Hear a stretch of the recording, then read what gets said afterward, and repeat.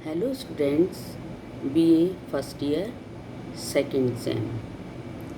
आज मैं भारतीय समाज जो चैप्टर चल रहा था उसका परिचय, विशेषताएं और संरचना ये मैं आपको पीछे बता चुकी हूँ। और अब मैं भारतीय समाज में मूल्य इसके बारे में आज आपको समझाऊंगी।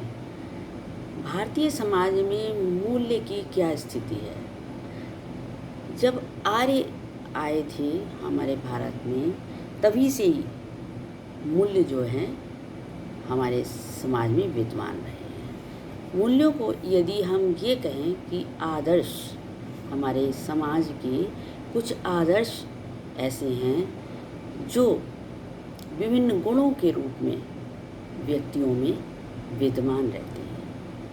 तो ये जो है वो कई तरीके के मूल्य हैं, जैसे कि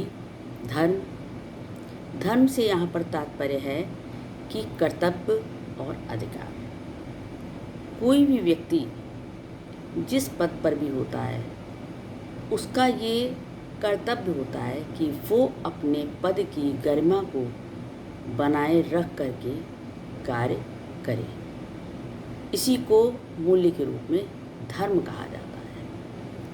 जैसे कि माता का धर्म, माँ का धर्म क्या है कि वो अपने बच्चे का पालन पोषण करे, और यदि बच्चा कोई गलती करता है तो वो उसको माफ़ भी करे और उसमें सुधार करने का प्रयास करे। इसी तरीके से अध्यापक का क्या कर्तव्य है, वो अपने स्टूडेंट्स को अच्छे से ज्ञान दे और गलती करने पर उसमें सुधार की गुंजाइश रखे।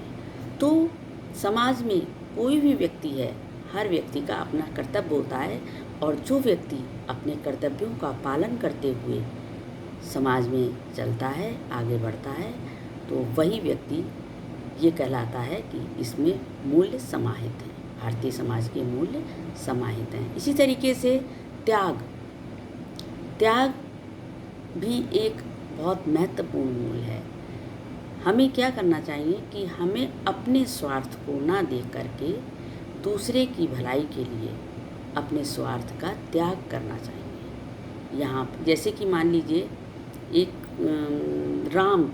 भगवान राम ने क्या किया, उन्होंने त्याग किया। एक आदेश पर उन्होंने घर का त्याग कर दिया और वो वन को चले गए। वन को जाने से क्यों गए वो वन को, ताकि वो वहाँ पर राक्षसों का संहार कर सकें, और दूसरों की भलाई के लिए उन्होंने अपने घर का त्याग किया, अपने सुखों का त्याग किया और अपने सभी संबंधियों को छोड़ा। तो ये यहाँ पर त्याग वाली बात आती है। फिर आता है कर्म गीता में भी कहा गया है कि कर्म करो, फल की इच्छा मत रखो। कर्म के बिना कोई भी चीज़ आपको प्राप्त नहीं हो सकती है। आप कितने भी गुणवान हों, आप कितने भी अच्छे व्यक्तित्व के धनी हों, लेकिन यदि आप कर्म नहीं करेंगे तो आपको कोई भी चीज़ हासिल नहीं हो सकती है।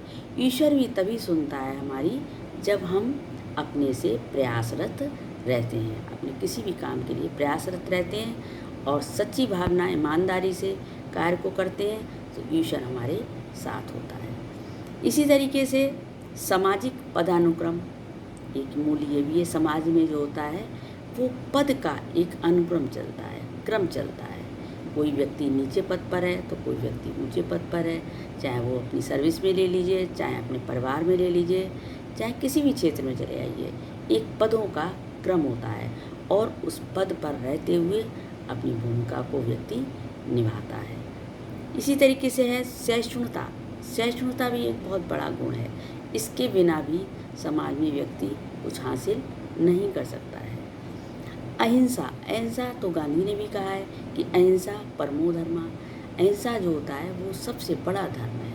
हम हिंसा ना करें, हम किसी से झगड़ा ना करें, यहाँ तक कि पशु पक्षी पेड़ पौधे इनके प्रति भी हमारे अंदर हिंसा की भावना ना हो। सामंजस्य भी एक बहुत बड़ा मूल्य है, बहुत बड़ा गुण है। इसके बिना कोई भी कार्य नहीं हो सकता। हम कहीं पर भी जाते हैं तो ज़रूरी नहीं है हर व्यक्ति हमारी तरह ही सोचे, हमारी तरह ही कार्य करे। तो हमें क्या करना होता है, हमें हर जगह सामंजस्य करके चलना होता है, चाहे वो परिवार हो, चाहे वो सर्विस हो, चाहे वो व्यापार हो, चाहे कहीं बाहर जाना हो, रास्ते में, सब जगह हमें सामंजस्य करके चलना पड़ता है। और शिक्षा हमें यही सिखाती है कि हम एडजस्ट करके, सामंजस्य करके एक दूसरे के साथ आगे बढ़ते रहें। परिवारवाद एक मूल है। परिवारवाद मतलब कि परिवार में रहते हुए परिवार के नियमों का पालन करना, परिवार के अनुसार चलना और परिवार के हिसाब से अपने जीवन का यापन करना, या परिवार की जो समस्याएं हैं, परिवार की जो आवश्यकताएं हैं, उनको पूरा करना। बड़ों का सम्मान, ये तो हमारे भारत का एक बहुत बड़ा गुण है, भारतीय समाज का, कि जो ये हमारी प्रथा चली आ रही है, प्राचीन काल से हम देखते चले आ रहे हैं, या हम अपने परिवारों में भी देखते हैं कि हमारे बड़े अपने से बड़ों का सम्मान करते हैं और हम जो हैं अपने से बड़ों का सम्मान करते हैं। माता पिता अपने से बड़ों का सम्मान करते हैं और हम अपने माता पिता का सम्मान करते हैं। हम जैसा देखते हैं वैसा ही बच्चे करते हैं, हम जो करते हैं वही बच्चे करते हैं। हमें देख करके बच्चे सीखते हैं और बच्चे भी वही करते हैं जो हम करते हैं। तो बड़ों का सम्मान करना भी एक हमारा धर्म है। निष्काम कर्म, कर्म के साथ ये कहा गया है कि निष्काम कर्म करना चाहिए व्यक्ति को। हर कार्य में ज़रूरी नहीं है कि हमें उसका फल प्राप्त हो या हमें उसका कोई मूल्य प्राप्त हो। बहुत से काम ऐसे होते हैं जो दूसरों की भलाई के लिए किए जाते हैं, अपनी संतुष्टि के लिए किए जाते हैं। तो इसीलिए कहा गया है कि व्यक्ति को निष्काम कर्म करना चाहिए। इसके बाद आता है एक और है पॉइंट कि व्यक्तित्व। व्यक्तित्व क्या है? व्यक्तित्व, कोई सुंदर व्यक्ति है तो उसके लिए कहा जाए कि ये इसका बड़ा अच्छा व्यक्तित्व है, नहीं। कोई सुंदरता माने नहीं रखती है, कोई बहुत ज़्यादा बनावट नहीं माने रखती है।